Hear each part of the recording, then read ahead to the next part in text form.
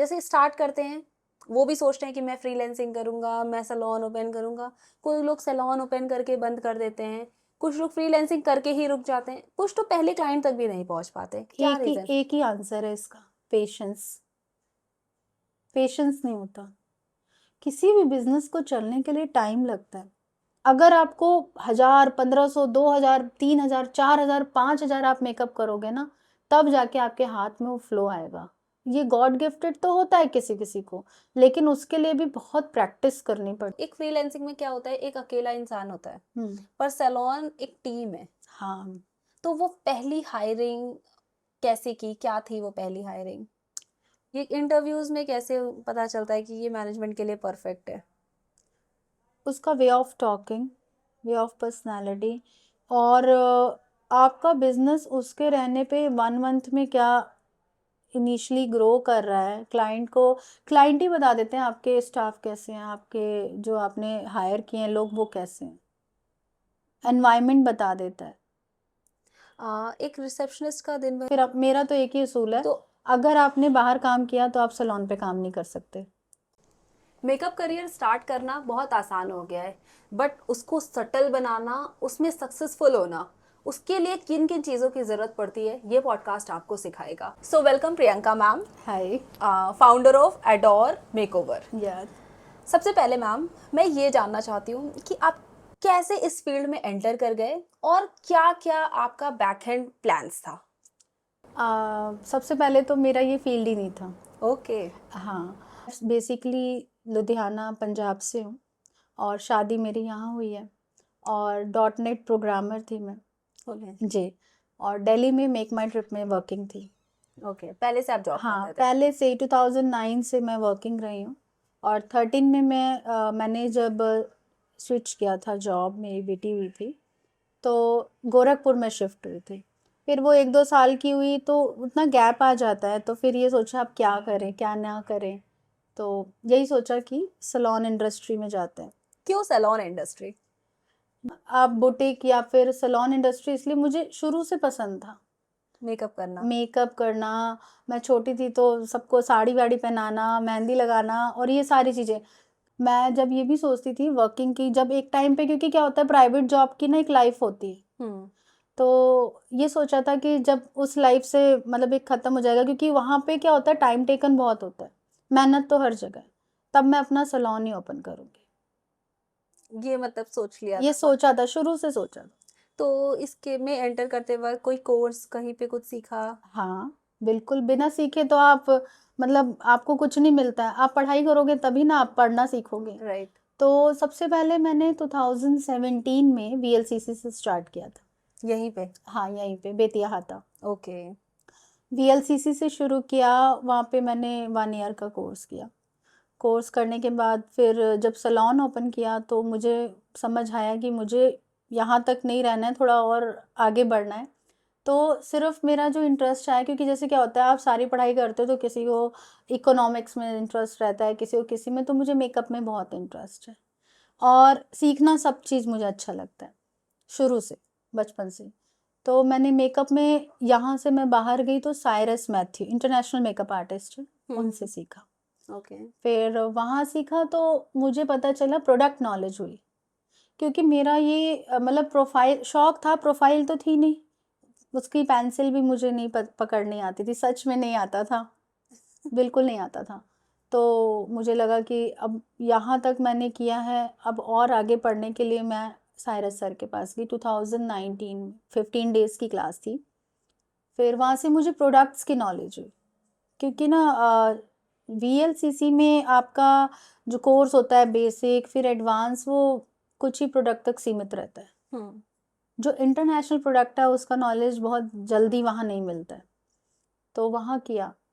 फिर कोविड आ गया, बैठ गए। सब। अपना वही 50-60 लोगों का वेडिंग रहता था, और न्यू बिजनेस शुरू किया था मैंने। अदरवाइज फ्रीलांसिंग हर जगह अलाउ ही नहीं था, मेरे को बिल्कुल अलाउ नहीं था, ये फैमिली से? बिजनेस ही नहीं अलाउ था। पापा, जैसे मेरे फादर इन लॉ बैंक में मैं वो थे, मतलब वर्किंग थे, और सबका गवर्नमेंट मतलब एम्प्लॉय थे, तो उनको ये समझ ही नहीं आता था सैलून इंडस्ट्री। इस इंडस्ट्री को अभी मुझे लगता है जा करके थोड़ी थोड़ी वैलिडेशन मिलने लगी है। बट मेरे को इतनी आगे पहुंचाने वाले ही मेरे फादर इन लॉ हैं।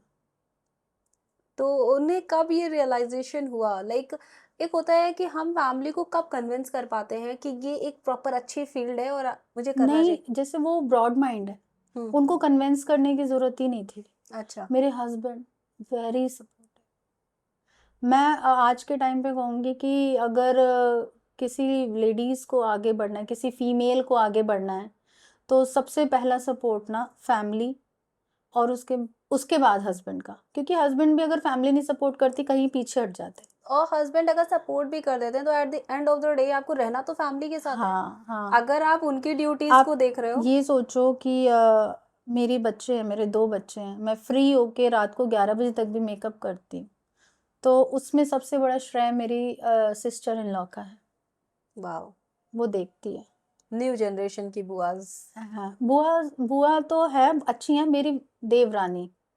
अच्छा, सैलून कैसे ओपन किया, मतलब लाइक उसका जो इन्वेस्टमेंट होता है, उसकी जो सारी चीजें होती हैं, कैसे ये फैमिली को, जैसे आपने कोर्स किया तो फैमिली ने अलाउ किया कि कोर्स कर लो?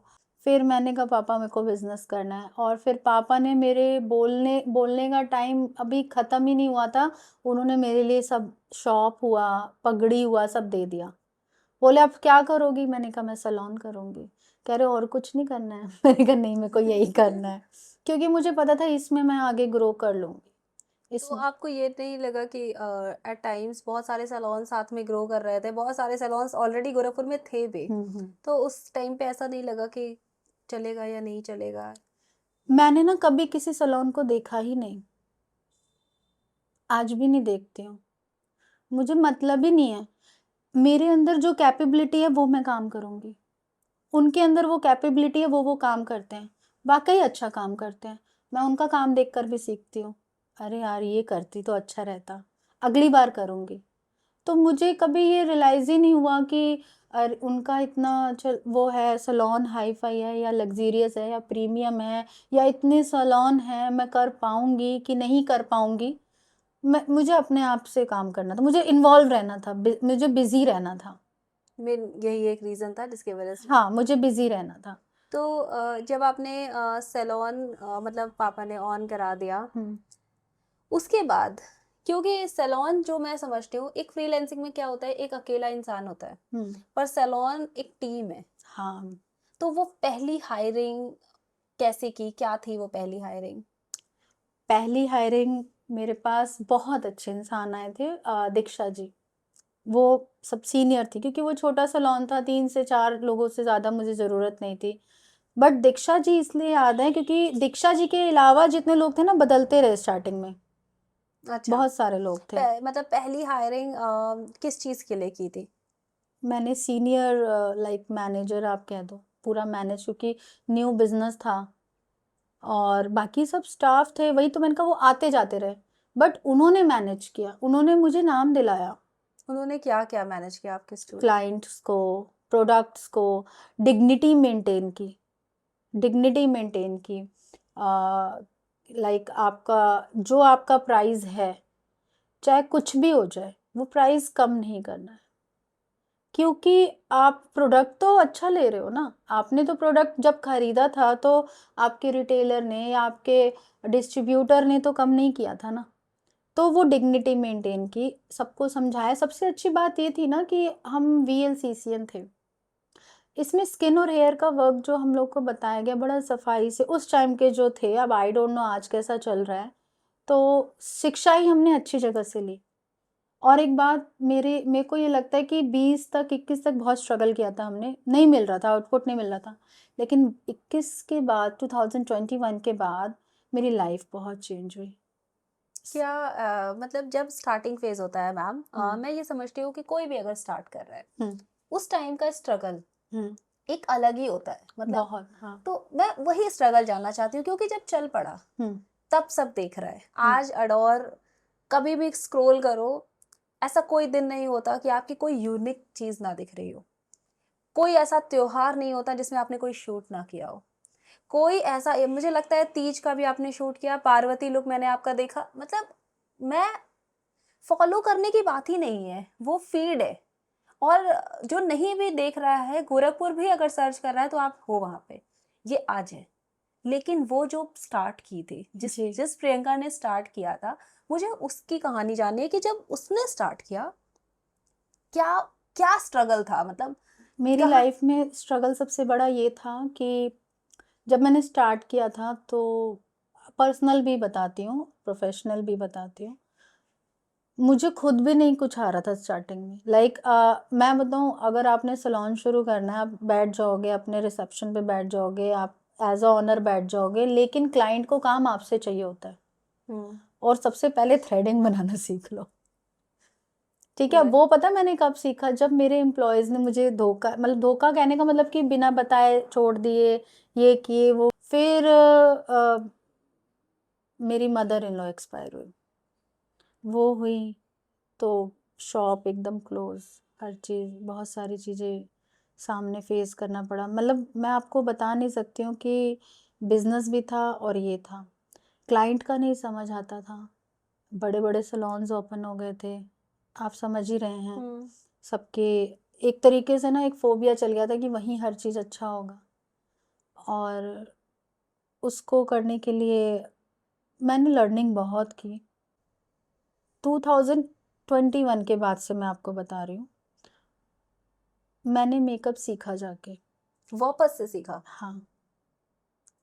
तो जो वीएलसीसी में सीखा था और जो क्यों वापस सीखने का लगा, मतलब मतलब वो लुक नहीं आता था, जो मैं चाहती थी। मुझे आज भी लगता है कि मेरे में ये कमी लग रही है। वो तो एक लर्निंग फेज है, वो तो आई थिंक हर इंसान जो ग्रो कर रहा होता है वो ऐसा कहता है कि आज भी मैं सीख रही हूँ।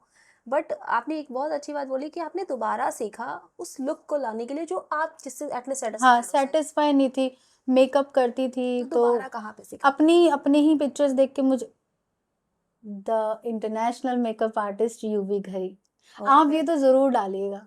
मेरी लाइफ को, मेरी वो ज़िंदगी को। गोरखपुर में भी आए थे अभी? गोरखपुर में नहीं आए थे, लखनऊ आएँगे। और मतलब मैं ये कहती हूँ कि उनसे सीखने के बाद मेरी ज़िंदगी चेंज हो गई। उनसे ना सीखने से मेकअप ही नहीं आप सीखोगे, लेसन सीखोगे। जैसे? बिल्कुल स्ट्रेट फॉरवर्ड है वो। अब कोई कुछ भी बोले उनको, लेकिन वो बिल्कुल स्ट्रेट फॉरवर्ड है। जैसे जैसे कुछ एग्जांपल्स? जैसे कुछ एग्ज़ाम्पल्स ऐसे हैं कि फॉर एग्ज़ाम्पल क्लाइंट आ रहा है, कह रहा है कि मेरे पास पैसा नहीं है, मेरे पास ये नहीं है, तो कहते थे कि तुम बोलो अ, आप शादी कर रहे हो, मंडप लगाने का पैसा है, माली को देने का पैसा है, कपड़े खरीदने का पैसा है, बस हमें ही देने का पैसा नहीं है। फिर मेकअप, किसी की बुराई नहीं करनी, किसी का कुछ नहीं करना, जो है वो मुंह पे बोलना, फटाक बोलना, ये चीज़ उनका नेचर। और जब वो मेकअप सिखाते थे ना, तो वो दिल खोल के रख देते थे। उस टाइम पे ना वो द यूवी घई नहीं रहते थे। आईज़ कैसे पकड़नी है, आईब्रो, फोरहेड, हर चीज़ की किस एरिया का कहाँ लिपसिंग रहेगा, कहाँ नोज़ की कॉन्टूरिंग कैसी होनी है, फेस की कॉन्टूरिंग कैसी होनी है, किस प्रोडक्ट से क्या होता है, क्या वार्म टोन है, क्या कूल टोन है, ये सारी चीज़ें।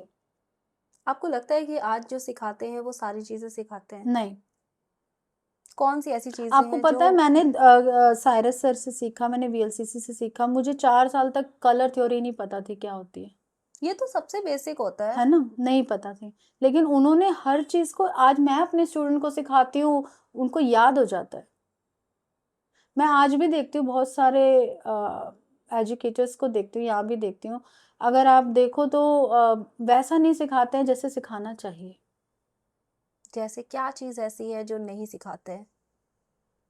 सबसे पहले तो बच्चों को ना फेक एम्बिशियस नहीं बनाना चाहिए। ग्राउंड रियलिटी नहीं बताते? नहीं। क्या है अब वो? देखो क्या होता है कि अभी आज आपने सीखा है, हम्म। हाँ, और बच्चे आप ही से कंपटीशन करते हैं। आप ये तो देखो, आप मुझे कह रहे हो कि मैं आपकी फीड देखती हूँ, मतलब जैसे ही ओपन करो तो दिखता है। आप ये देखो कि पर डे हम मेकअप करते हैं, पर डे शूट करते हैं, पर डे प्लान करते हैं, पर डे क्लास लेते हैं। नाउ अभी मैं नेल्स मुझे आता था, लेकिन मुझे और अच्छा सीखना था, मैं नेल सीख रही हूँ। नेल सीखती हूँ, 3 बजे आके मेरे पास स्टूडेंट हैं, उनको पढ़ाती हूँ, उसके बाद शूट करती हूँ। फोटोग्राफर्स हम लोग को शूट करते करते रात को 10 बजता है, 9 बजता है, तब मैं घर जाती हूँ। और क्लाइंट्स भी इसी में रहते हैं, क्लाइंट्स भी अटेंड करते हैं, शूट भी करते हैं। शूट इसलिए नहीं करते हैं कि हमको बस रोज एक डालना है पोस्ट कि हम दिखें, इसलिए करते हैं कि हमारी स्किल्स और एनहेंस हो। अगर आपको 1000, 1500, 2000, 3000, 4000, 5000 आप मेकअप करोगे ना, तब जाके आपके हाथ में वो फ्लो आएगा। ये गॉड गिफ्टेड तो होता है किसी किसी को, लेकिन उसके लिए भी बहुत प्रैक्टिस करनी पड़ती है। गॉड ने भी जो गिफ्ट किया होगा, मे भी उसका ट्रेंड बदल गया हो, हाँ, ट्रेंड बदल गया क्योंकि है। नो मेकअप मेकअप लुक जैसा भी आ रहा है, मतलब कुछ भी कभी न्यूड शेड्स आ जाते हैं, कभी डार्क शेड्स आ जाते हैं, तो वो डार्क तो आपको शेड्स, वो तो सीखना ट्रेंड पड़ेगा। है, ट्रेंड भी बदलता है और क्लाइंट का अपना इंटरेस्ट होता है। हम्म, जैसे न्यूड का अभी चल रहा है, अगर चल रहा है, फ्लो चल रहा है, तो कुछ क्लाइंट्स हैं उनको रेड ही पसंद है, पिंक ही पसंद है। मुझे लगता है अपने यूपी में तो लाल और गुलाबी ही अच्छा लगता है। मैं अपनी वेडिंग में थोड़ा न्यूड शेड्स पे चले गई, तो मेरे कुछ घर वाले, रिलेटिव्स आए और हाँ बोले मजा नहीं आ रहा है, थोड़ा लाल होना चाहिए था। हाँ। तो वो फिर उसमें थोड़ा, तो वो इतना इन्फ्लुएंस कर देते हैं कि आपको थोड़ा चेंज नहीं तो करा। इधर मैं पता है क्या करती हूँ, अगर मुझे लगता है क्लाइंट का लुक किस पे अच्छा आ रहा है, तब मैं डार्क लगाती हूँ। अगर मैं न्यूड लगाती हूँ तो ये कहती हूँ कि मैं अपनी शूट के लिए आपका न्यूड कर रही हूँ, अगर आपकी फैमिली बोलेगी तो आप वहां जाके कर लीजिएगा, कर सकती हैं, क्योंकि आप ब्राइड हैं, आप उस पे भी अच्छी लगेंगी। हम्म। तो मैम, जैसे आपने बताया कि आपने 2 साल चलाने के बाद भी अपना स्टूडियो, बाद भी आप सीख रहे थे, हाँ और आज भी ऑलमोस्ट 5-6 साल हाँ। हो चुके हैं, हम्म। और आप आज भी सीख रहे हो। सीख रहे हैं। पर ऐसा क्या है जो नए, जो न्यू कमर्स होते हैं, जैसे जो आजकल में सीख रहे हैं, आपको क्या लगता है कि वो क्यों आ, कुछ ही महीनों में हार जाते हैं, या ग्रैब नहीं कर पाते वो अटेंशन, या वो सक्सेस तक नहीं पहुंच पाते? सक्सेस का तो डेफिनेशन नहीं है, लेकिन जैसे स्टार्ट करते हैं, वो भी सोचते हैं कि मैं फ्रीलैंसिंग करूंगा, मैं सैलून ओपन करूंगा। कोई लोग सैलून ओपन करके बंद कर देते हैं, कुछ लोग फ्रीलैंसिंग करके ही रुक जाते हैं, कुछ तो पहले क्लाइंट तक भी नहीं पहुंच पाते। क्या रीजन? एक ही आंसर है इसका, पेशेंस। पेशेंस नहीं होता। किसी भी बिजनेस को चलने के लिए टाइम लगता है। आप उसको कम से कम 5 से 6 साल तो दोगे, तभी ना वो आगे आपको टाइम देगा। आप भी बिजनेस कर रहे हो, मैं भी बिजनेस कर रही हूँ, हमें सब चीज़ पता है। पेशेंस सबसे ज़्यादा ज़रूरी है।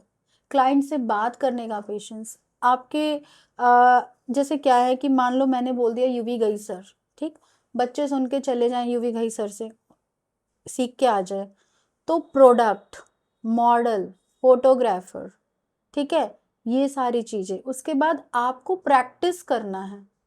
लाइफ आप एक देखिए, एक डॉक्टर पूरी जिंदगी प्रैक्टिस करता है, ऐसे जो भी स्किन पे वर्क करेगा, जो भी ये करेगा, उसको पूरी लाइफ प्रैक्टिस करनी है, क्योंकि हर रोज कुछ ना कुछ ट्रेंड चेंज होता है।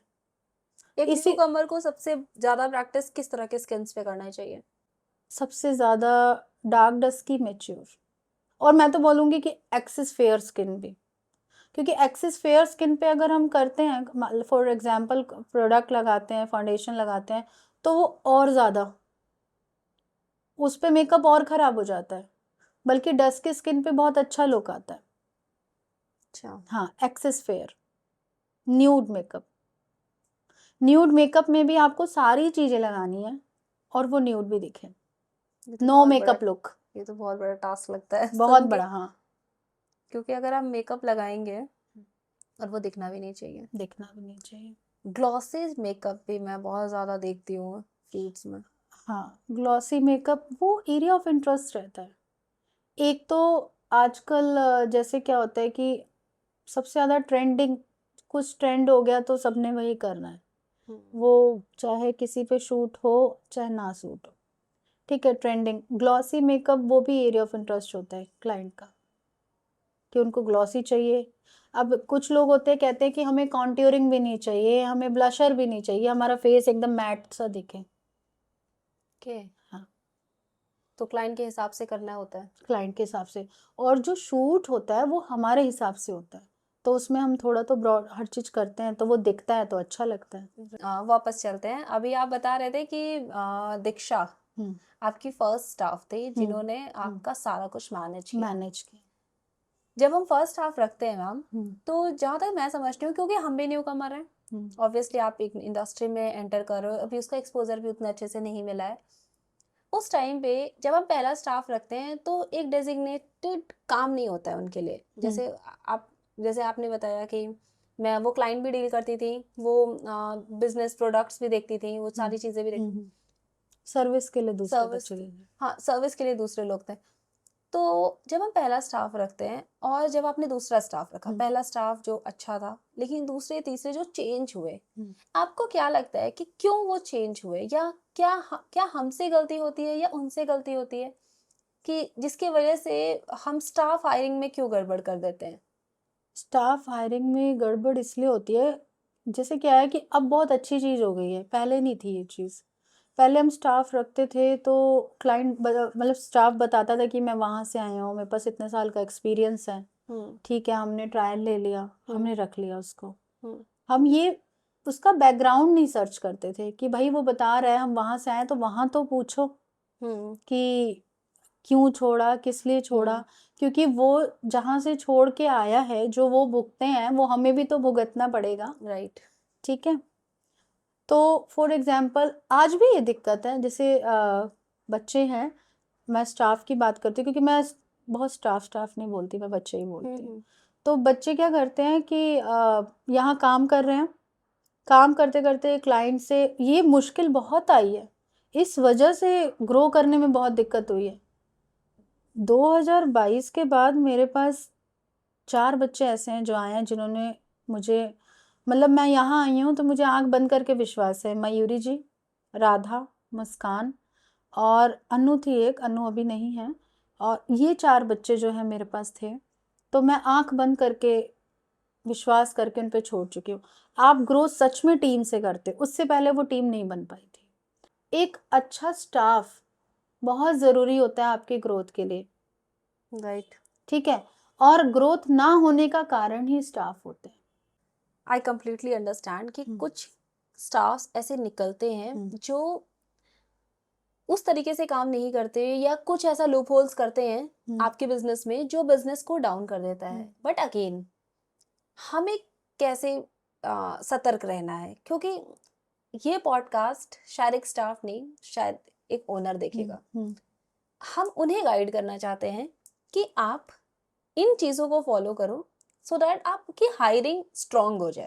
आपके पास जितने भी स्टाफ है ना, उन जैसे वो आजकल तो सभी लोग करते हैं, ये कोई नई बात नहीं है, ये ऑनर्स को पता ही है, सबका अपना अपना एक एरिया ऑफ होता है, लाइक स्किन का अलग डिपार्टमेंट होता है, हेयर का अलग डिपार्टमेंट होता है, और मेकअप का अलग डिपार्टमेंट होता है। इवन मैं शूट करती हूँ, शूट का भी मैंने अलग डिपार्टमेंट रखा है। तो मेरे पास जो बच्चे हैं सबको एक एक डिपार्टमेंट दिया हुआ है, उनकी सारी डिटेल उनके पास है, ठीक है, और वो मुझसे शेयर करते हैं। अब रही बात की प्रोडक्ट की, तो प्रोडक्ट जो है कितना ख़त्म हो रहा है, कितना आ रहा है, कितना जा रहा है, वो डिटेल मैनेजर तो देती है, मैं स्टाफ से भी लेती हूँ। ठीक है, अच्छा। दूसरी चीज़ ये, अब आप इस चीज़ पे नहीं वो कर सकते हो कि ये तो विश्वास की चीज़ है कि क्लाइंट के साथ उनका कम्युनिकेशन क्या हो रहा है, क्योंकि वो जब एक रूम में जाते हैं, फेशियल रूम में जाते हैं या आपके वैक्सिंग रूम में जाते हैं, तो वो रहते हैं और क्लाइंट रहता है, वहाँ आपका विश्वास ही काम करता है। ठीक, उसके बाद ना आपकी क्लाइंट जब क्लाइंट वॉकिंग कितनी चल रही है, वो क्लाइंट कितनी बार आ जा रहा है, इससे पता चलता है आपका क्लाइंट नहीं खराब हुआ। अगर वो क्लाइंट नहीं आ रहा है तो मतलब वो कहीं ना कहीं पे गया कई है। बार क्लाइंट भी तो शायद ऐसा करते हैं कि वो डायरेक्ट उनसे बात करते हैं कि मैं तुमसे डायरेक्ट करा लूँ। ऐसे तो मेरे जो ये 4-5 बच्चों के मैंने नाम लिए 2022 के बाद से, हज़ारों क्लाइंट्स ने उनसे बात किया, वो सीधे मुझसे बताते हैं और मैं क्लाइंट से बात करती हूँ। आप जो बता रहे हो कि जो अंदर बात कर लेते हैं हाँ। स्टाफ, वो कहीं ना कहीं साइड सोर्स ऑफ इनकम ढूंढ रहे होते हैं, आपके साथ भी बिजनेस कर लें और उनके साथ भी बिजनेस कर लें। दो नाव पे तो नहीं खड़े हो दो सकते नाव ना, पे तो नहीं खड़े हो नहीं सकते। खड़े हो सकते। तो फिर अब मेरा तो एक ही उसूल है, तो अगर आपने बाहर काम किया तो आप सैलून पे काम नहीं कर सकते, और ये स्ट्रिक्ट रूल है, आप अपना भी नहीं कर सकते बाहर। नहीं कर सकते। ओके, मतलब आप ये नहीं कि आपकी टाइमिंग है 9 बजे तक, तो मैं 10 बजे अगर किसी का काम है तो कर सकता हूँ, नहीं, ऐसा नहीं? नहीं, ग्रेट। शुरू से। अच्छा, एक और अच्छी चीज़ आप बताओ हमें कि क्या कुछ रिटन डॉक्यूमेंट्स भी होते हैं जो साइन करने होते हाँ, हैं? क्या हाँ। क्या होता है? वो कैसे एक तो प्रिपेयर करते हैं? वो ये तो आपका होना ही चाहिए। एक आपका 1 ईयर का लेटर होता है, और अगर इमरजेंसी कोई बच्चा छोड़ रहा है तो 15 दिन पहले या 1 महीने पहले आपको रीकन्फर्म करना होगा, मतलब बताना होगा कि मुझे रिज़ाइन करना है। तब तक हम एक नया बच्चा ला सकते हैं, एक नया स्टाफ ला सकते हैं और एक नए स्टाफ को प्रिपेयर कर सकते हैं।